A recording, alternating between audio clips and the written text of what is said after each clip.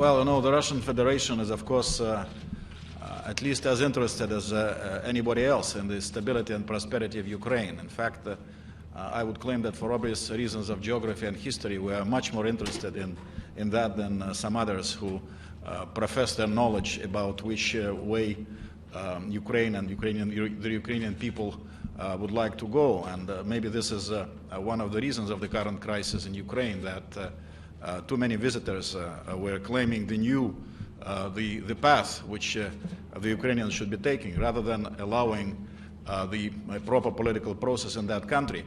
Well, speaking about this particular meeting, I think its value for us was that it allowed us to retrace the crisis in Ukraine, and particularly the current stage of the situation in Ukraine, the current stage of the crisis in Ukraine. And from our point of view, a crucial element of this instability and the problems in various parts of Ukraine is that the February 21 agreement was discarded immediately after it was signed.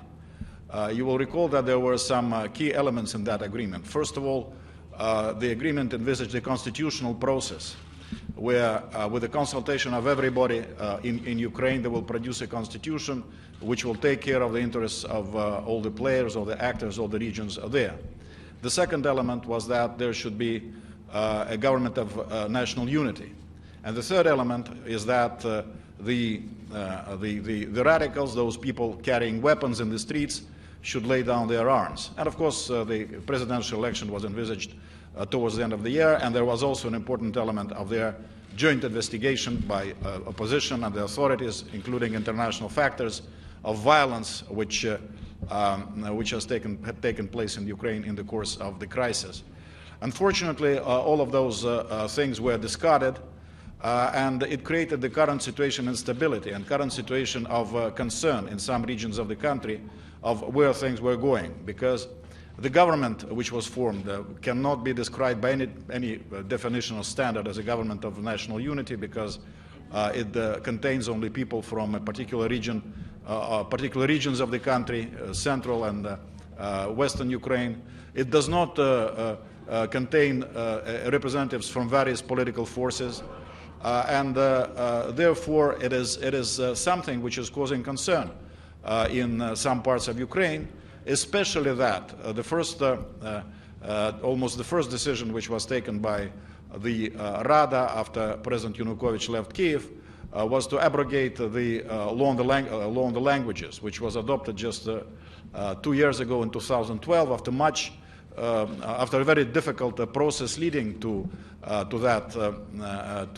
adopting that agreement. So obviously it was seen, as we understand it, by people in a number of regions of Ukraine as the effort of the people who found themselves in power in Kiev was not to bring about a democratic society, but to impose their political will on the rest of the country. So in our view, this is what caused very bitter reaction in some parts of Ukraine, including Crimea, where they saw efforts to intimidate various political players. For example, this announcement that the so-called friendship train is going to be sent to Crimea. From our Soviet past, we know what it is. There were indeed friendship trains, people traveling from one region to another, like youth groups, etc., etc. There, it was obviously meant as a sign of intimidation, of exercising force and intimidation on various political factions in Crimea, the way we saw it happening in Kiev before. So the international community first need to think of how to bring about this political process, which was envisaged in February, the 21st agreement, and I think that only that would provide a solid ground for various forms of assistance, including financial assistance to Ukraine, which some colleagues are talking about. But we are not prepared to provide when Russia came in with its offer of financial assistance in the course of the crisis. Sorry. called him me. Ladies first. Sir, thank you. Ambassador, there have been talk today of an international mediation mission. Is that something you would approve of, join, or just ignore? Well, it's something which needs to be discussed and analyzed. If this idea of sending Mr. Seri to the Crimea, the point I made in consultation is that we need to ask the authorities in the Crimea what they feel about this kind of a mission. As a matter of principle, we are engaged. We are against sort of imposed mediation. If they are comfortable with that, of course, we would have nothing against it. Ambassador, you just mentioned the President of Ukraine, Yanukovych. You saw the press conference today, and what do you think about what he said, that he's still the president of Ukraine? We think that the legal aspects of declaring him to be not a president any longer are very questionable. This is our view. Can I ask you, Ambassador of Ukraine just told us before, he recorded and he presented us with some of the units and helicopters that are presented by Russian Federation. And he even agreed with the qualification of journalists that it was an act of aggression. Later he reiterated. What you say, how do you describe the presence of the military units from Russia? Well, of course, as you know, we have an agreement with Ukraine on the presence of the Russian Black Sea Fleet with a base in Sebastopol, and we are acting within the framework of that agreement. I understand that my Ukrainian colleague tried to distance himself from this definition of aggression. If, in fact, he were to use that definition, that would, of course, be completely unacceptable. Do you believe that if Mr. Yanukovych remained in Kiev, he would have been allowed to practice his, or exercise his constitutional rights? No, this is exactly the problem. That what happened there was that immediately after this agreement was signed, and also, I mean, not just by President Yanukovych and the opposition leaders, but also the signatures were affixed by the foreign ministers of Germany, France, and Poland, so sort of supported by the European Union. Immediately, there were threats that they will be storming the presidential residence unless he resigns by 10 o'clock the next morning. So that, my understanding, that what caused him to leave the city. So, and that, of course, was not something which was envisaged in the agreement. That was a clear breach of that agreement. There seems to be a move to get the International Monetary Fund. They're very quickly offering money, and I know Russia's a member of it. Would you participate in that IMF process? Yeah, we are prepared to discuss various approaches to dealing with a very dramatic economic situation in Ukraine. For us, coming from the Russian perspective, it is somewhat difficult to discuss it specifically, because we don't know what the program of this government is going to be, what kind of a government it is going to be. Is it going to be a government which should be supported by the broad segment of Ukrainian population? So we are open to the idea of the international community needing to help Ukraine, but there are too many question marks.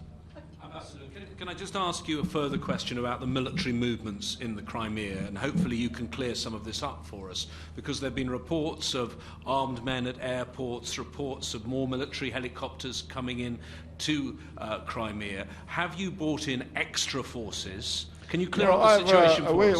We actually, my friend, we're trying to ask our colleagues to postpone this meeting till tomorrow to get some more information, but they wanted to go ahead now. We didn't want to create a problem, but I don't have this specific information. I recall from history books that when World War I started, some newspapers in the United Kingdom reported that they saw Russian Cossacks at the railway station. So, you know, those reports, they are not always true. Is Russia, Ambassador, is Russia willing, though, regardless of what the situation is now? I mean, it may be a military intervention or may not. We'd like to get the clarification. But is Russia willing to militarily intervene in Ukraine to achieve your political goals? No, this is really even the question is aggravating. How do you view the role of Mr. Robert Seri in Kiev? Has been in touch with the Russians? We are concerned about the Middle East peace process. You know, we are concerned that he has been pushed into this thing And about his trip, to be, I mean, it's a serious issue. We think that, unfortunately, at various stages of his campaign, he was sort of played with by the new Ukrainian authorities. For instance, the first meeting he had with the new chairman of the Rada, their press service, reported that he supported the current processes.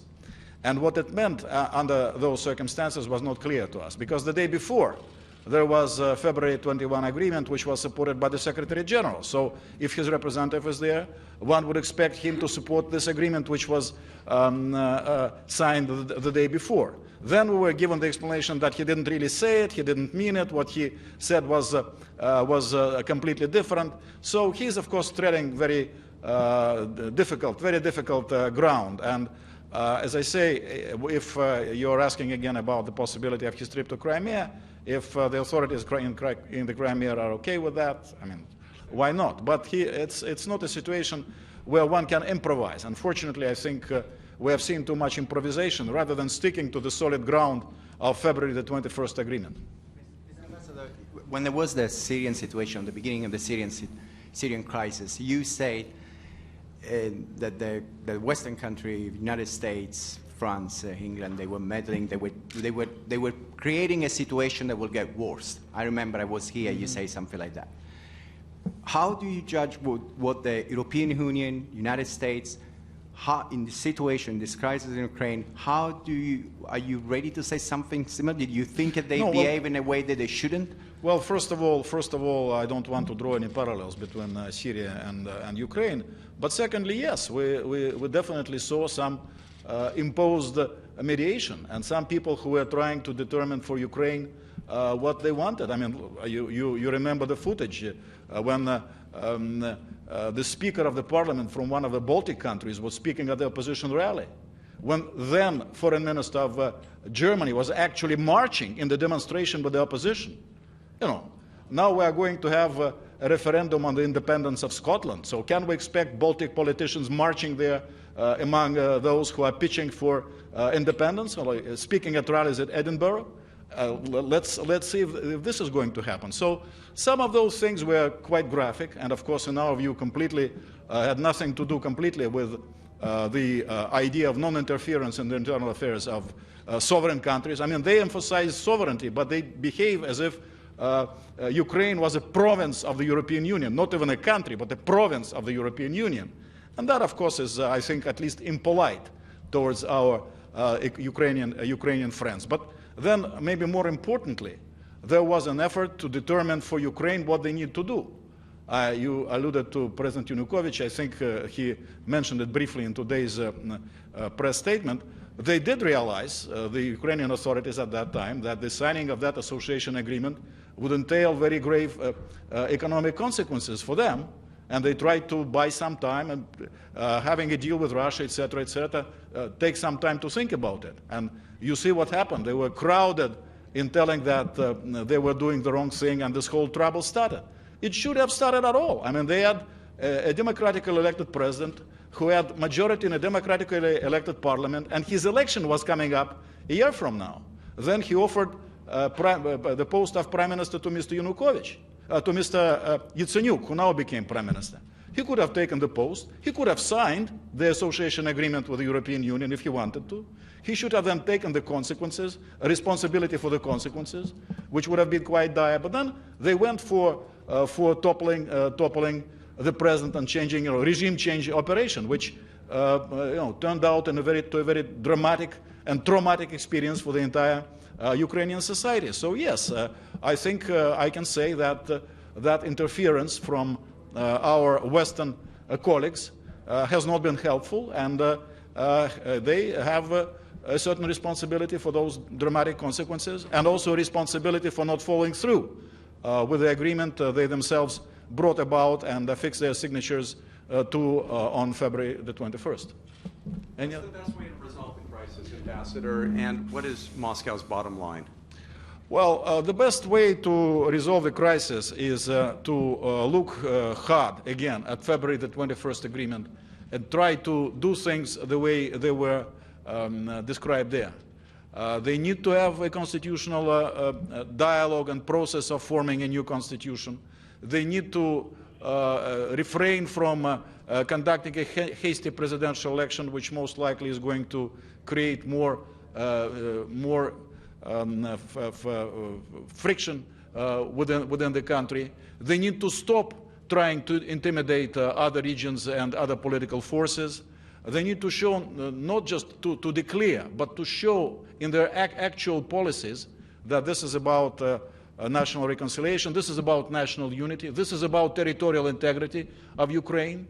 They need to work towards establishing a common ground there. But unfortunately, so far, we don't see that in practice. We hear some declarations to that effect, but we don't see that in practice.